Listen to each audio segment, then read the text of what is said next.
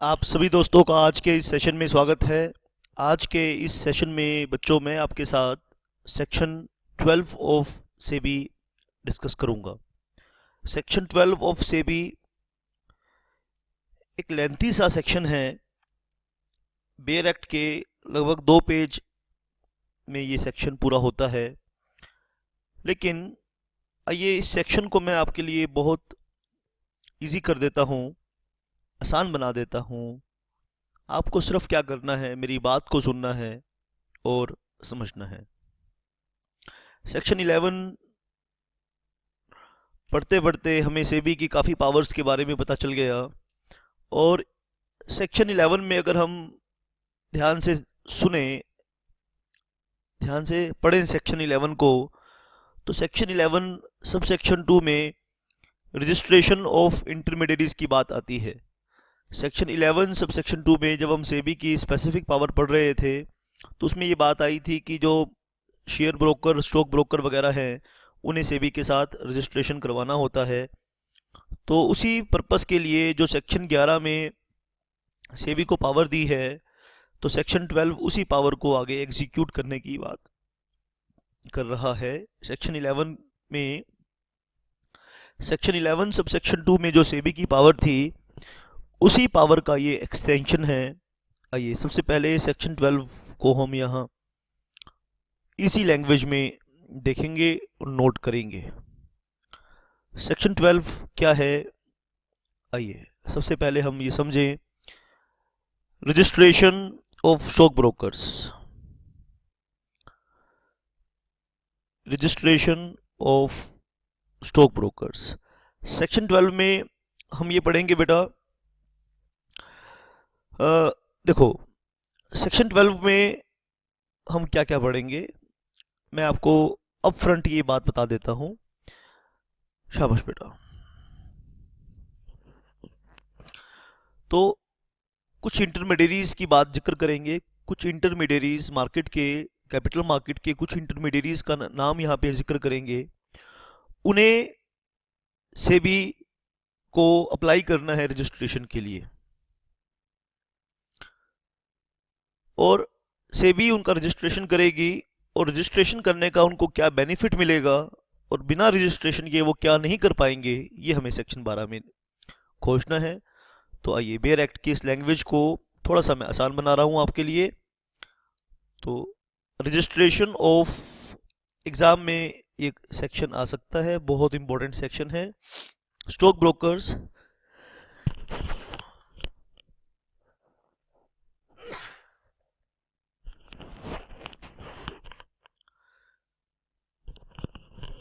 Registration of stock brokers, सब brokers,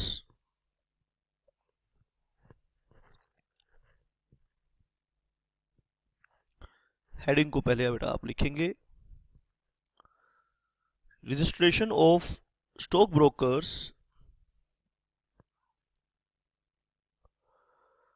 मेरे साथ साथ लिखेंगे, इन्वॉल्वमेंट बढ़ेगी आपकी। सब brokers,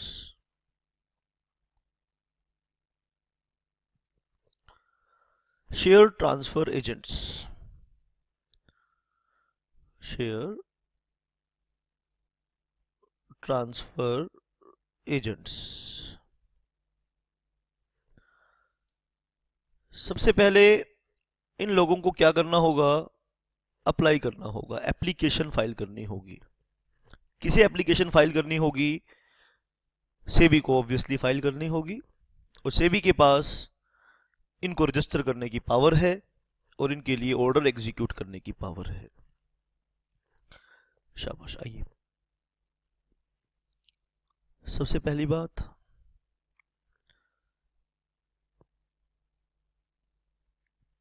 application to SEBI, application to SEBI. Section 12 के प्रोविजंस यहां डिस्कस कर रहा हूं, साथ साथ नोट भी कर लेना है आपने। Application for registration application for registration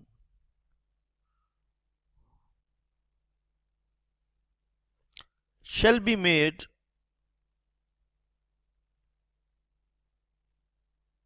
in prescribed form, shall be made in the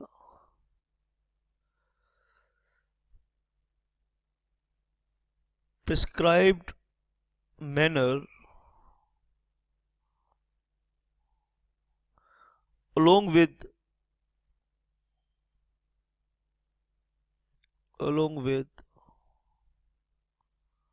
the fees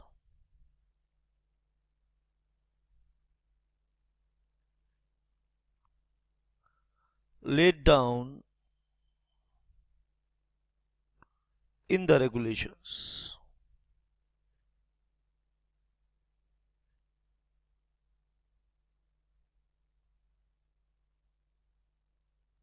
In the regulations. Application for registration shall be made in the prescribed manner along with the fees laid down in the regulations. तो application करनी है बेटा registration के लिए, शैल be made in the prescribed manner. आपने registration के लिए apply करना है, एक मैनर में करना है, अपनी मर्जी के मुताबिक नहीं करना, और खाली पीली नहीं करना, साथ में फीस भी करनी है. और फीस कहाँ दी होगी? जो इस बिहाफ के लिए रेगुलेशंस बनाए जाएंगे वहाँ फीस भी लिखी होगी. तो उस फीस को भी आपके एग्ज़ाम में रिलेवेंसी नहीं है, उन कितनी फीस लगेगी, तो उसे पढ़ने की जरूरत नहीं है. शाबाश बेटा. और इसके बाद हम ऑर्डर सेबी की ऑर्डर करने की पावर को हम देखेंगे सेक्शन 12 में. सेबी में by order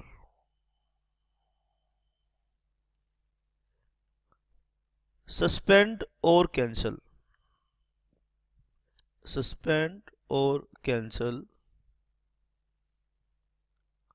a certificate of registration, a certificate of registration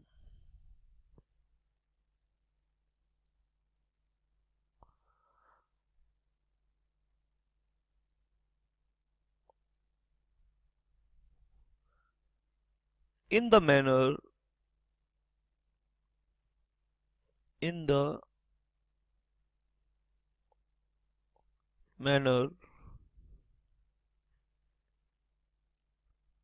laid down in the regulations.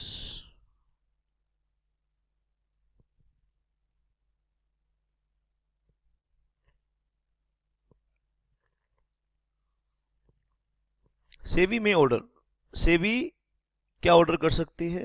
SEBI उन्हें रजिस्टर करेगी. ऑब्वियसली बेटा रजिस्टर करने की पावर है ही सेबी के पास. सेबी ऑर्डर से सस्पेंड कर सकती है या कह सकते हैं कैंसिल कर सकती है a certificate of registration in the manner laid down in the regulations. और सेबी ऐसे ऑर्डर पास करेगी तो सेबी भी एक प्रोसीजर को फॉलो करेगी, एक मैनर को फॉलो करेगी. हाँ, इतनी बात सुन लीजिए, नो सस्पेंशन और कैंसिलेशन, नो सस्पेंशन और cancellation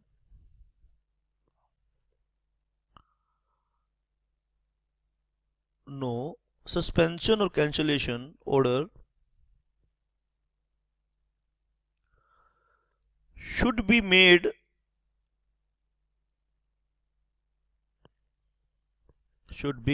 made unless the aggrieved person, aggrieved मतलब injured person, यानी जो सेबी के उस ऑर्डर से इफेक्टेड होगा, एग्रीव्ड होगा.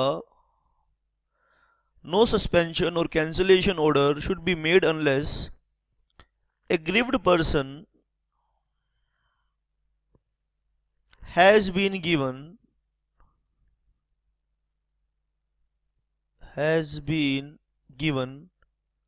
a reasonable opportunity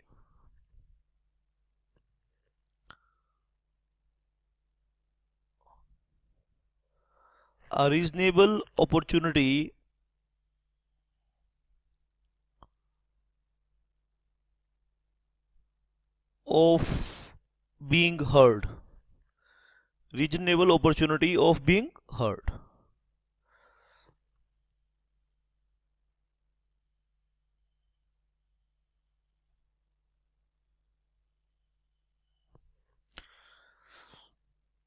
तो ध्यान से अपनी बात को समझना है बेटा। सेबी ऑर्डर पास कर सकती है, सस्पेंड कर सकती है, कैंसिल कर सकती है अपने दिए हुए सर्टिफिकेट ऑफ रजिस्ट्रेशन को।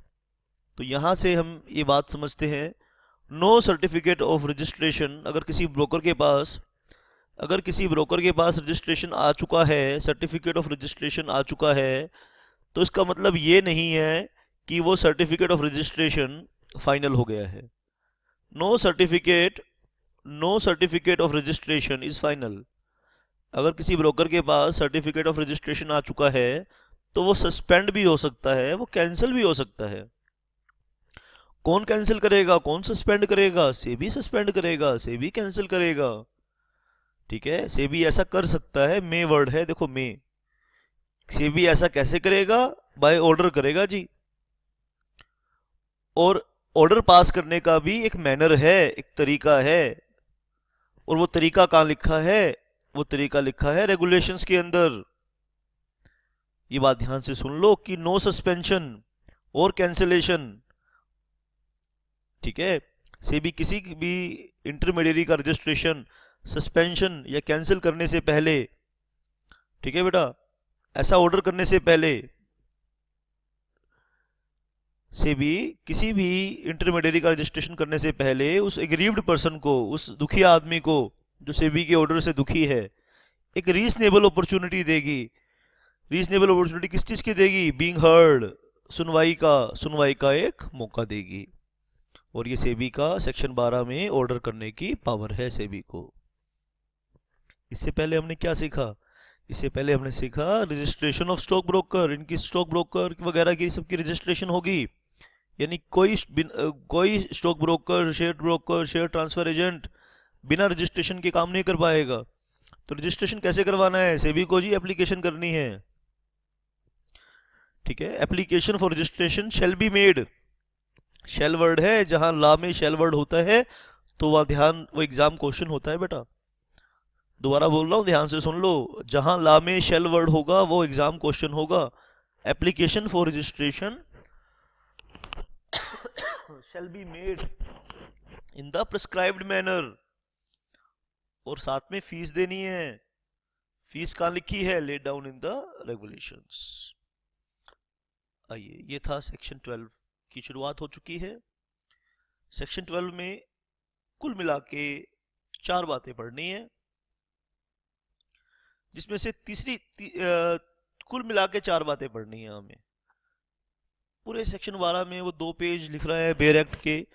कॉपी में लिखने बैठोगे तो 6 पेज भर जाते हैं। 2 पेज लिखने के, अगर बेयर एक्ट के 2 पेज कॉपी में लिखोगे 6 पेज भर जाएंगे। लेकिन मैं आपका काम बड़ी जल्दी खत्म करवा दूंगा। 3 पेज से भी कम में आपका मैं काम खत्म करवा दूंगा।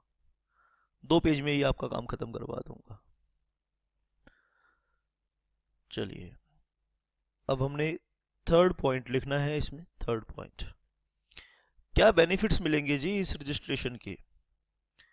यानी रजिस्ट्रेशन करके क्या कर लेंगे हम? हाँ, सवाल है registration benefits of registration. Benefits of registration, तो ये जो रजिस्ट्रेशन है, सबसे पहले हमें यहाँ एक टेबल बना लेते हैं सिस्टमेटिक तरीके से, और इसमें हम लिखेंगे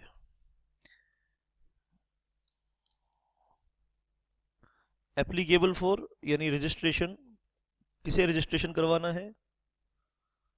अब हम विस्तार से उन लोगों के नाम लिखेंगे और उनको क्या बेनिफिट्स इसमें मिलेंगे, और लास्ट चरण में इसके हम पढ़ेंगे कि वो क्या नहीं कर पाएंगे, और इसके लास्ट चरण में हम करेंगे कि अगर उन्होंने एप्लीकेशन नहीं किया तो बिना एप्लीकेशन के वो क्या नहीं कर पाएंगे।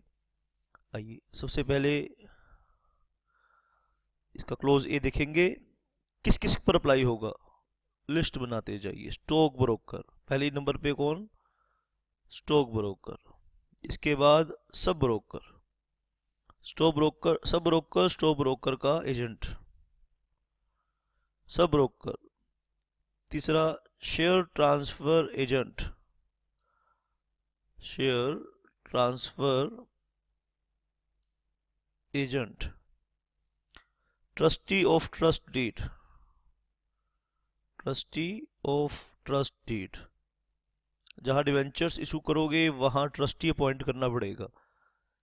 Registrar to an issue, registrar to an issue.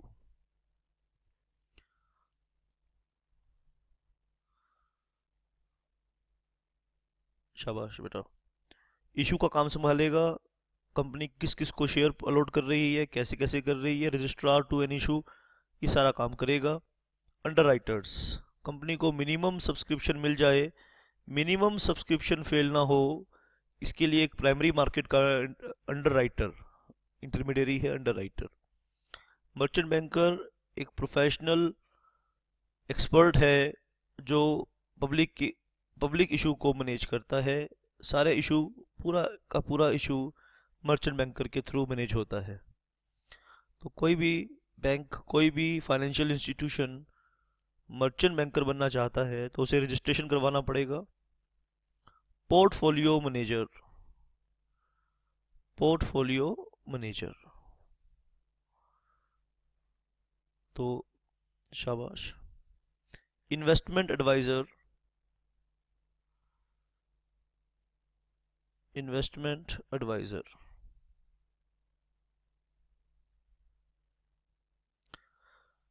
And such other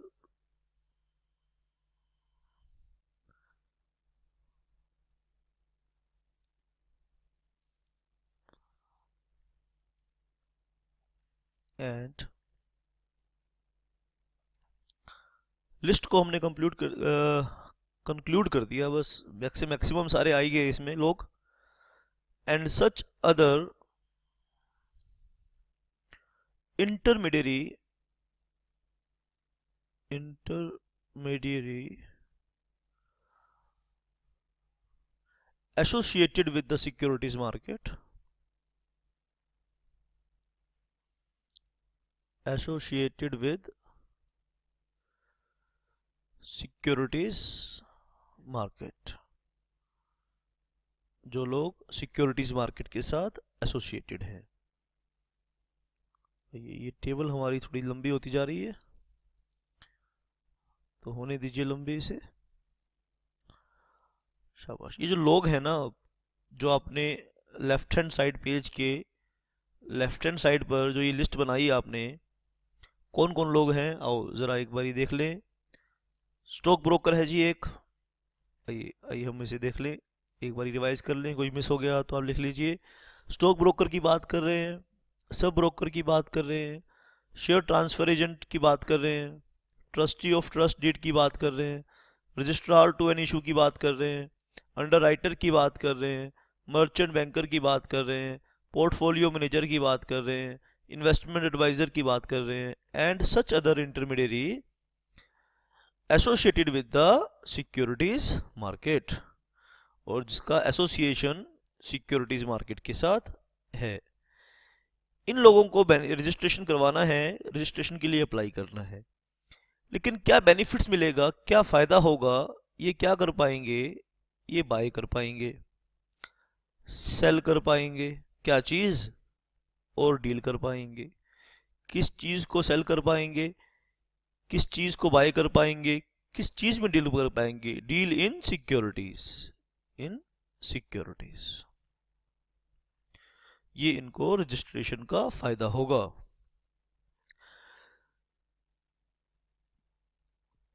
by cell और डील इन सिक्योरिटीज, लेकिन एक कंडीशन है, एक शर्त है, ऐसे नहीं। in accordance with in accordance with the conditions of with the conditions of the certificate of registration.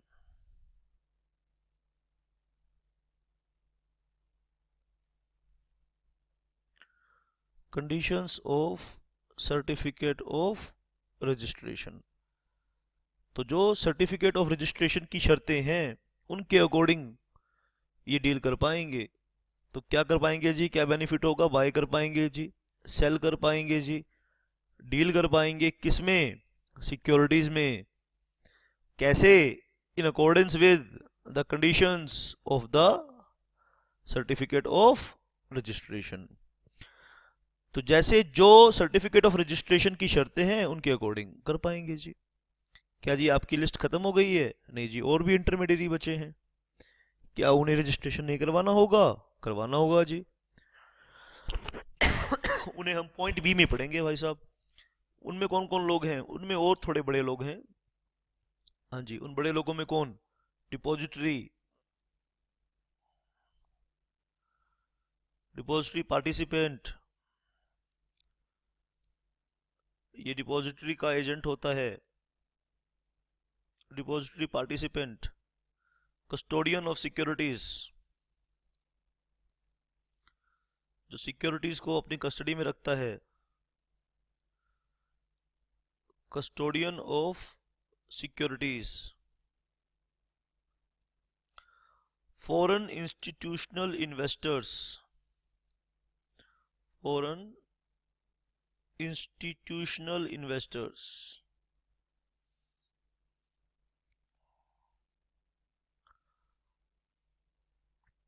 Note कर लीजिए, फॉरेन इंस्टीट्यूशनल इन्वेस्टर्स।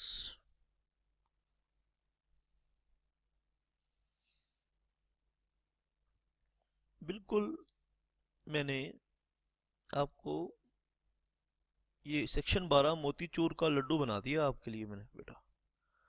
अभी भी देखो याद नहीं होगा, फिर नहीं याद हो सकता आपको ये सेक्शन।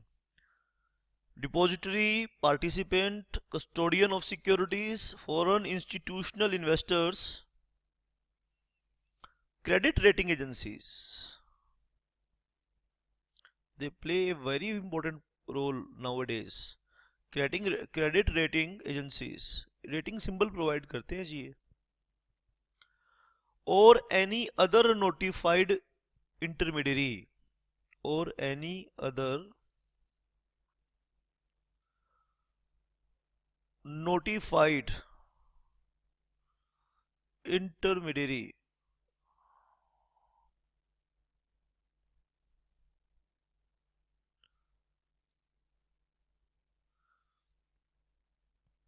क्रेडिट रेटिंग एजेंसीज और एनी अदर नोटिफाइड इंटरमीडियरी। तो इन्हें भी क्या करवाना होगा? रजिस्ट्रेशन करवाना होगा।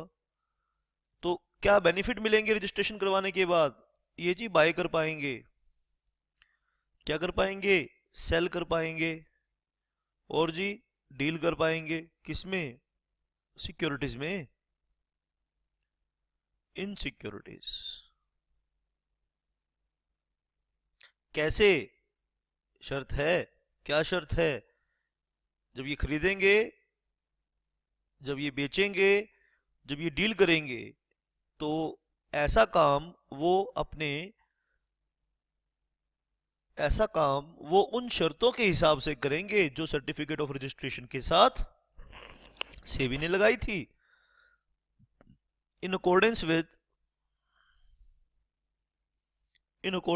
The conditions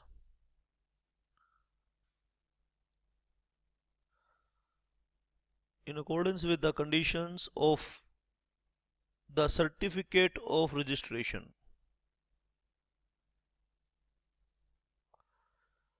certificate of registration।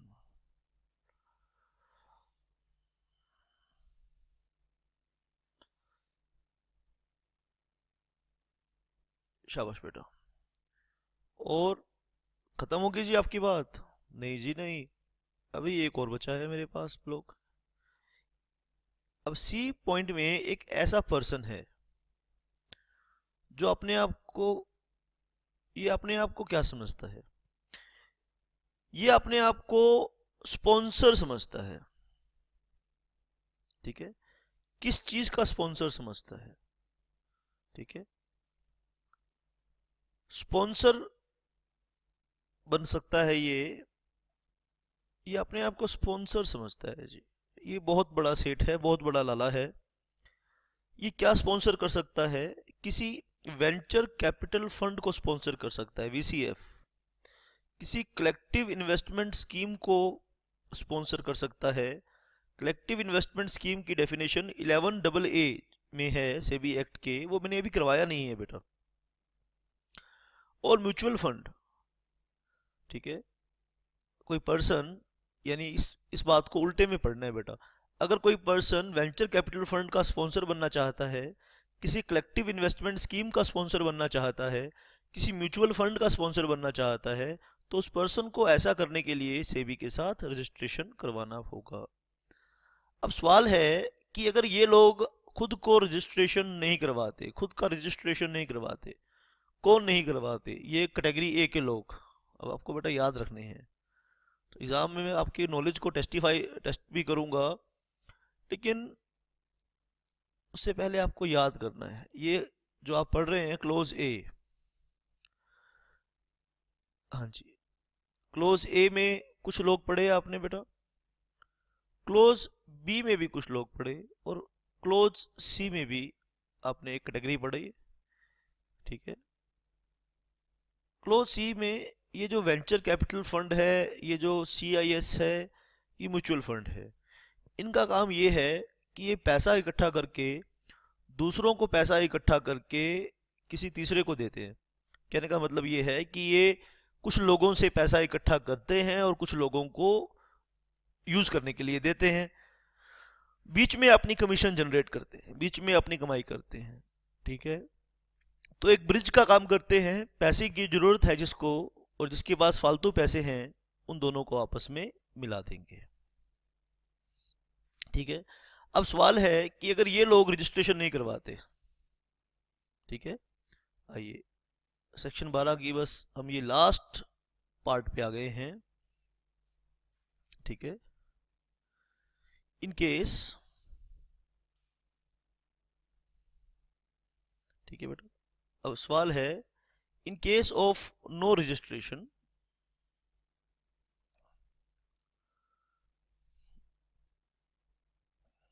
अब सवाल ये है in case they do not get registered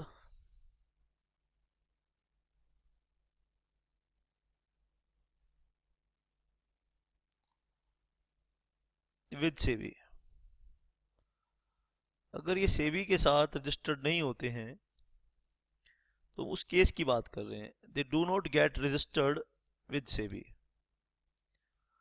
the above persons,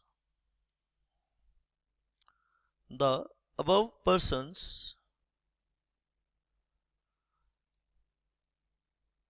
shall not be able to buy,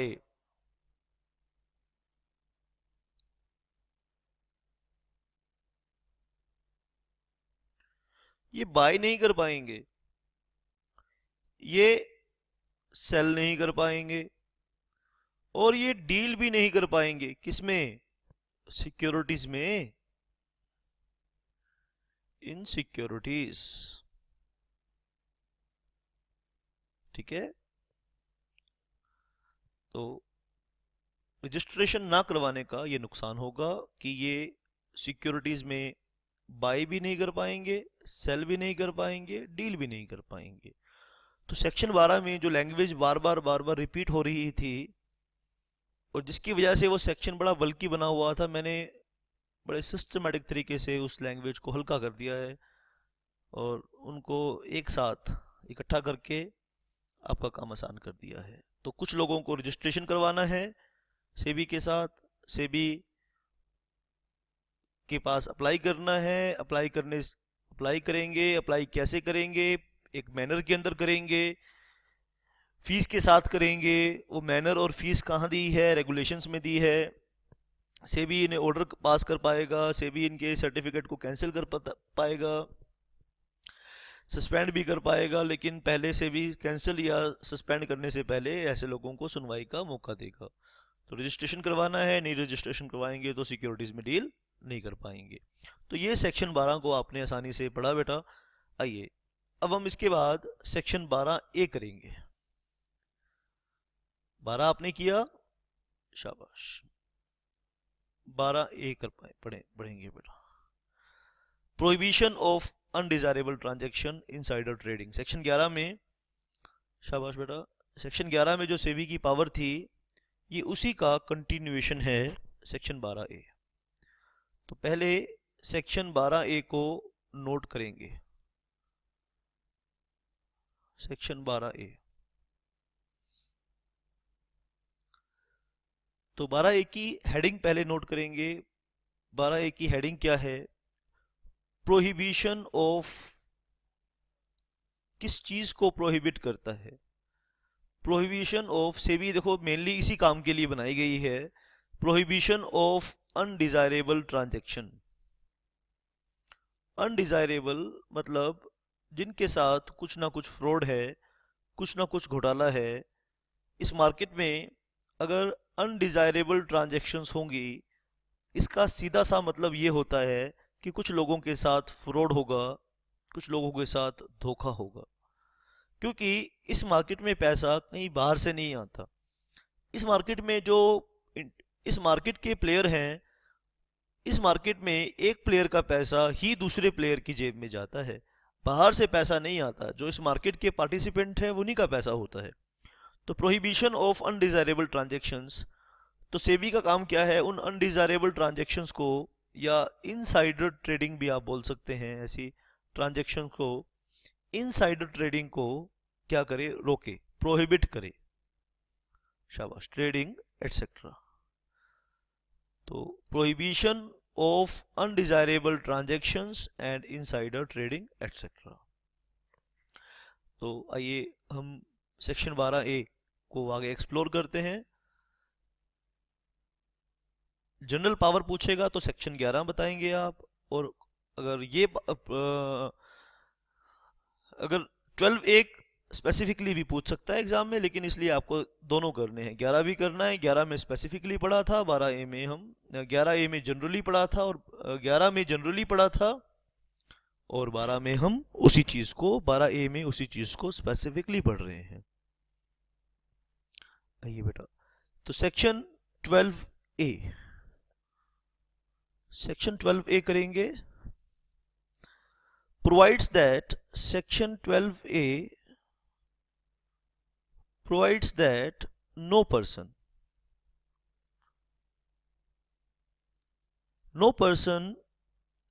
shall directly or indirectly, directly भी नहीं करेगा और इनडायरेक्टली भी नहीं करेगा। डायरेक्टली मतलब खुद से नहीं करेगा, और इनडायरेक्टली मतलब किसी दूसरे आदमी के द्वारा नहीं करेगा। Provides that no person shall, directly मतलब खुद से नहीं करेगा, इनडायरेक्टली मतलब किसी के थ्रू नहीं करेगा। ठीक है, क्या नहीं करेगा? अब इसके लिए हमारे पास 6 पावर ऐसी हैं, 6 चीजें हैं जो वो नहीं करेगा। और वो 6 चीजें क्या क्या हैं, आइए नोट कर लीजिए। और किसी एक क्लोज पर आपके एग्जाम में क्वेश्चन आ सकता है। इन 6 में से किसी एक पर 5 नंबर का या 7 नंबर का, 8 नंबर का सवाल आ सकता है। प्रैक्टिकल क्वेश्चन बना के आपसे पूछ सकता है। कोई पर्सन डायरेक्टली और इनडायरेक्टली क्या नहीं करेगा? यूज नहीं करेगा जी। यूज का मतलब क्या? एम्प्लॉय नहीं करेगा। यूज और employ in connection with the issue, in connection with issue.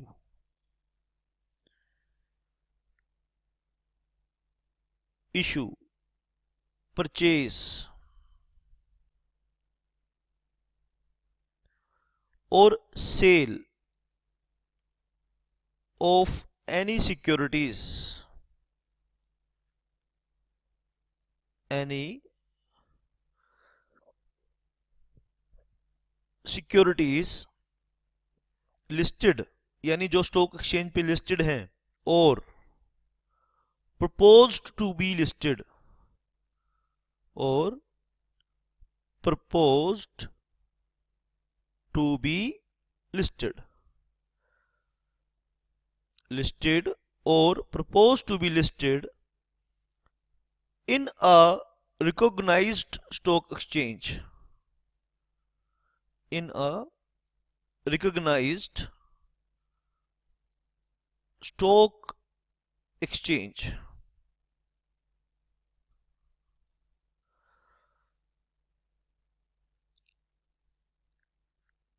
Any manipulative, any manipulative, क्या वर्ड यूज किया?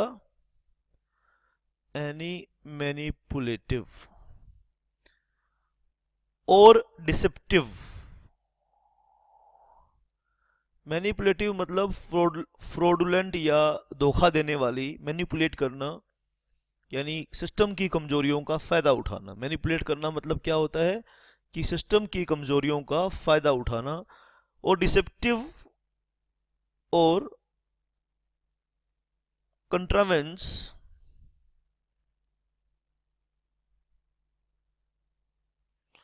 और contravention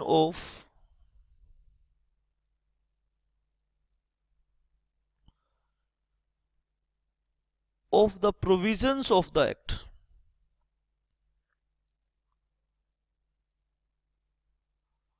Contravention of the provisions of SEBI Act, rules, regulations.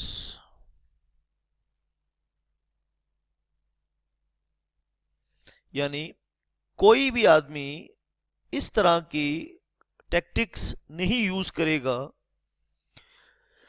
शाबाश. आइए इस पॉइंट को जरा हम बेटा समझेंगे कि क्या कह रहा है ये सेक्शन. कह रहा है जी कोई भी पर्सन, नो पर्सन. हर एक पॉइंट के साथ हम ये वाली लाइन पढ़ेंगे. सेक्शन 12A क्या कहता है? प्रोवाइड्स दैट, ये प्रोवाइड कर रहा है बेटा कि नो पर्सन शेल, डायरेक्टली भी नहीं करेगा, इनडायरेक्टली भी क्या नहीं करेगा, ठीक है, यूज नहीं करेगा या एम्प्लॉय नहीं करेगा. किस चीज में यूज नहीं करेगा, एम्प्लॉय नहीं करेगा? इन connection with the issue, purchase और सेल ऑफ एनी सिक्योरिटीज जो किसी स्टॉक एक्सचेंज पे लिस्टेड हैं या प्रपोज टू बी लिस्टेड हैं,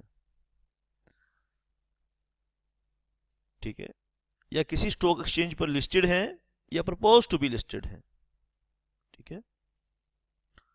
एनी मैनिपुलेटिव और डिसेप्टिव, धोखाधड़ी वाली कोई भी ऐसी चीजें, धोखाधड़ी वाली कोई भी ऐसी चीजें यूज नहीं करेगा, एम्प्लॉय नहीं करेगा, ठीक है. जो धोखाधड़ी वाली चीजें हैं या जो एक्ट को कंट्रावेन करती हैं, एक्ट को तोड़ती हैं, एक्ट के प्रोविजंस को ब्रीच करती हैं, प्रोविजंस ऑफ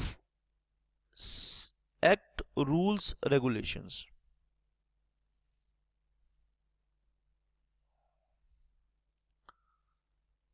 ठीक है. एनी मैनिपुलेटिव और डिसेप्टिव, मैनिपुलेटिव और डिसेप्टिव प्रैक्टिसेस कर लो. यहां पे बेटा एक वर्ड मैं यहां पे और लिख दूं तो ज्यादा क्लियर हो जाएगी बात. मैनिपुलेटिव और डिसेप्टिव डिवाइस,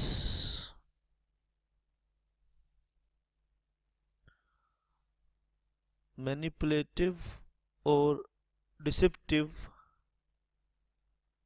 डिवाइस या प्रैक्टिस,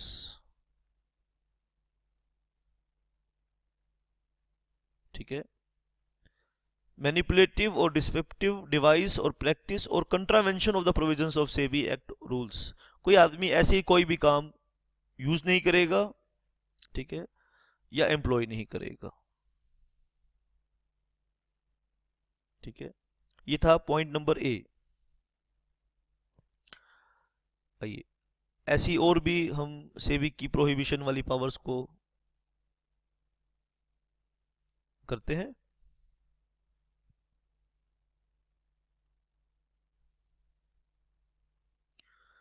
आइए अब हम देखेंगे बी, और ओपनिंग लाइन को आपने साथ पढ़ना है, हर पॉइंट के साथ ओपनिंग सेंटेंस पढ़ना है। Section 12A provides that no person shall directly और इनडायरेक्टली एम्प्लॉय, क्या वर्ड यूज किया, एम्प्लॉय एनी डिवाइस,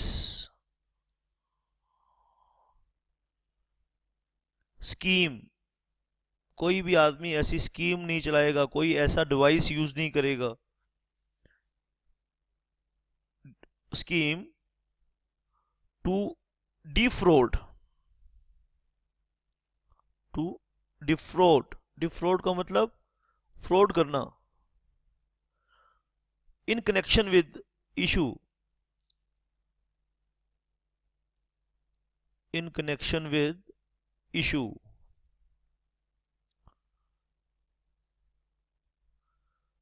और डीलिंग इन सिक्योरिटीज, इशू और डीलिंग इन सिक्योरिटीज। कोई भी आदमी ऐसी बात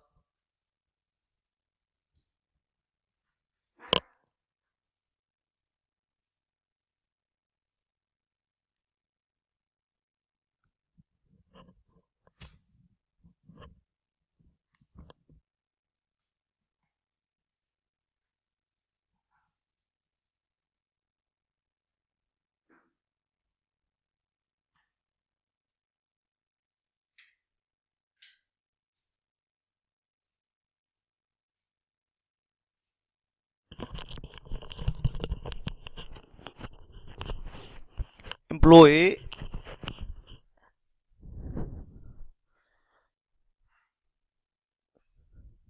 शाबाश। आइए पॉइंट नंबर बी को दोबारा से देखेंगे। Employ any device scheme to defraud in connection with issue और dealing in securities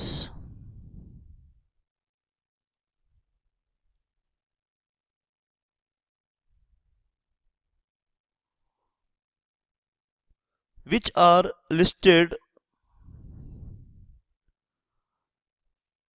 which are listed और प्रपोज टू बी लिस्टेड। एक बारी बस दिक्कत आएगी लैंग्वेज को पकड़ने में, एक बार आप इस प्रैक्टिस हो गई आपको इस लैंग्वेज की, फिर दिक्कत नहीं आएगी। लिस्टेड और प्रपोज्ड टू बी लिस्टेड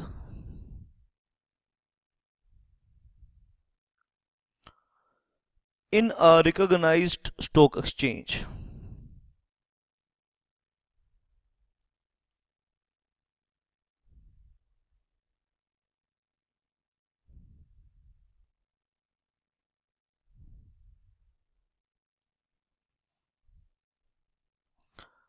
तो कोई भी पर्सन डायरेक्टली एम्प्लॉय नहीं करेगा या इनडायरेक्टली एम्प्लॉय नहीं करेगा ऐसे कोई भी प्रैक्टिस, कोई भी डिवाइस जिससे सिक्योरिटीज में फ्रॉड हो।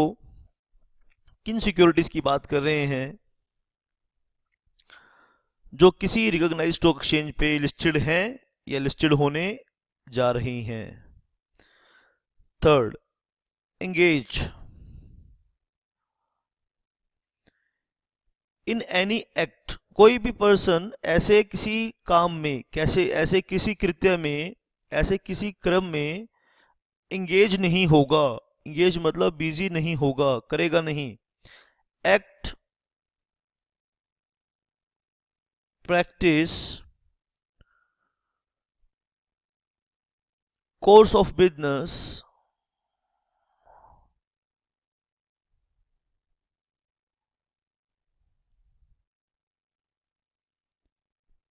which operates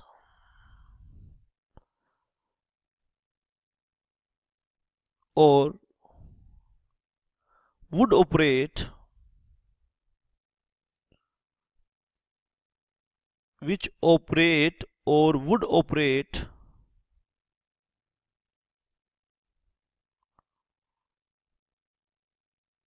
as fraud or deceit, एक ही बात है, फ्रॉड या डिसिएट का मतलब एक ही बात है, upon any person, upon any person in connection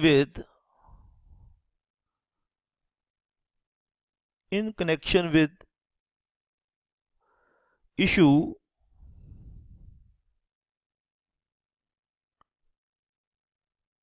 dealing in securities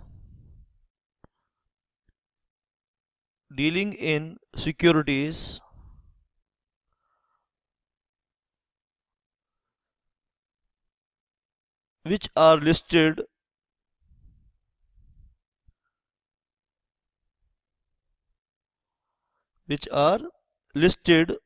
or proposed to be listed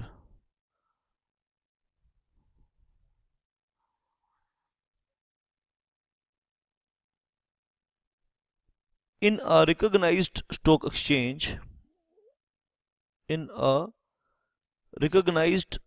exchange in contravention of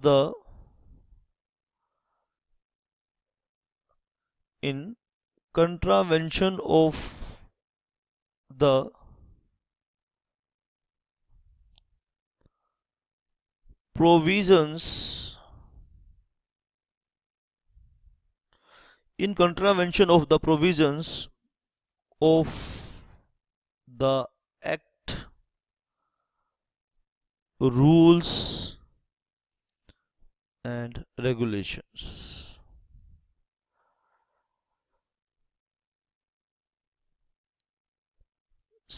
तीसरी पावर हमने पढ़ी कि कोई भी पर्सन ऐसी किसी एक्टिविटी में एंगेज नहीं होगा,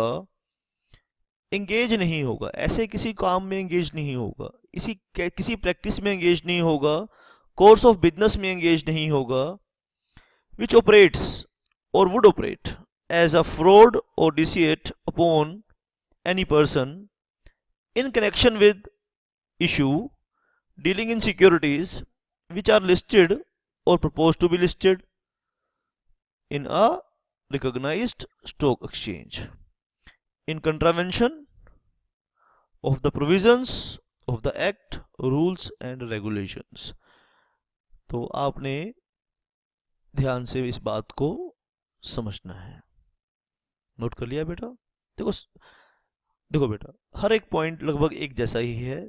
बी पॉइंट में हमने क्या पढ़ा? बी पॉइंट में हमने पढ़ा कुछ ऐसी ही लैंग्वेज हमने बी पॉइंट में भी पढ़ी। कोई पर्सन एम्प्लॉय नहीं करेगा एनी डिवाइस, यानी एम्प्लॉय एनी डिवाइस, कोई ऐसी डिवाइस एम्प्लॉय नहीं करेगा, कोई ऐसी स्कीम नहीं चलाएगा जिससे लोगों को फ्रॉड हो। ठीक है, कहाँ फ्रॉड हो? इन connection with issue of dealing in securities which are listed or proposed to be listed in a recognized stock exchange.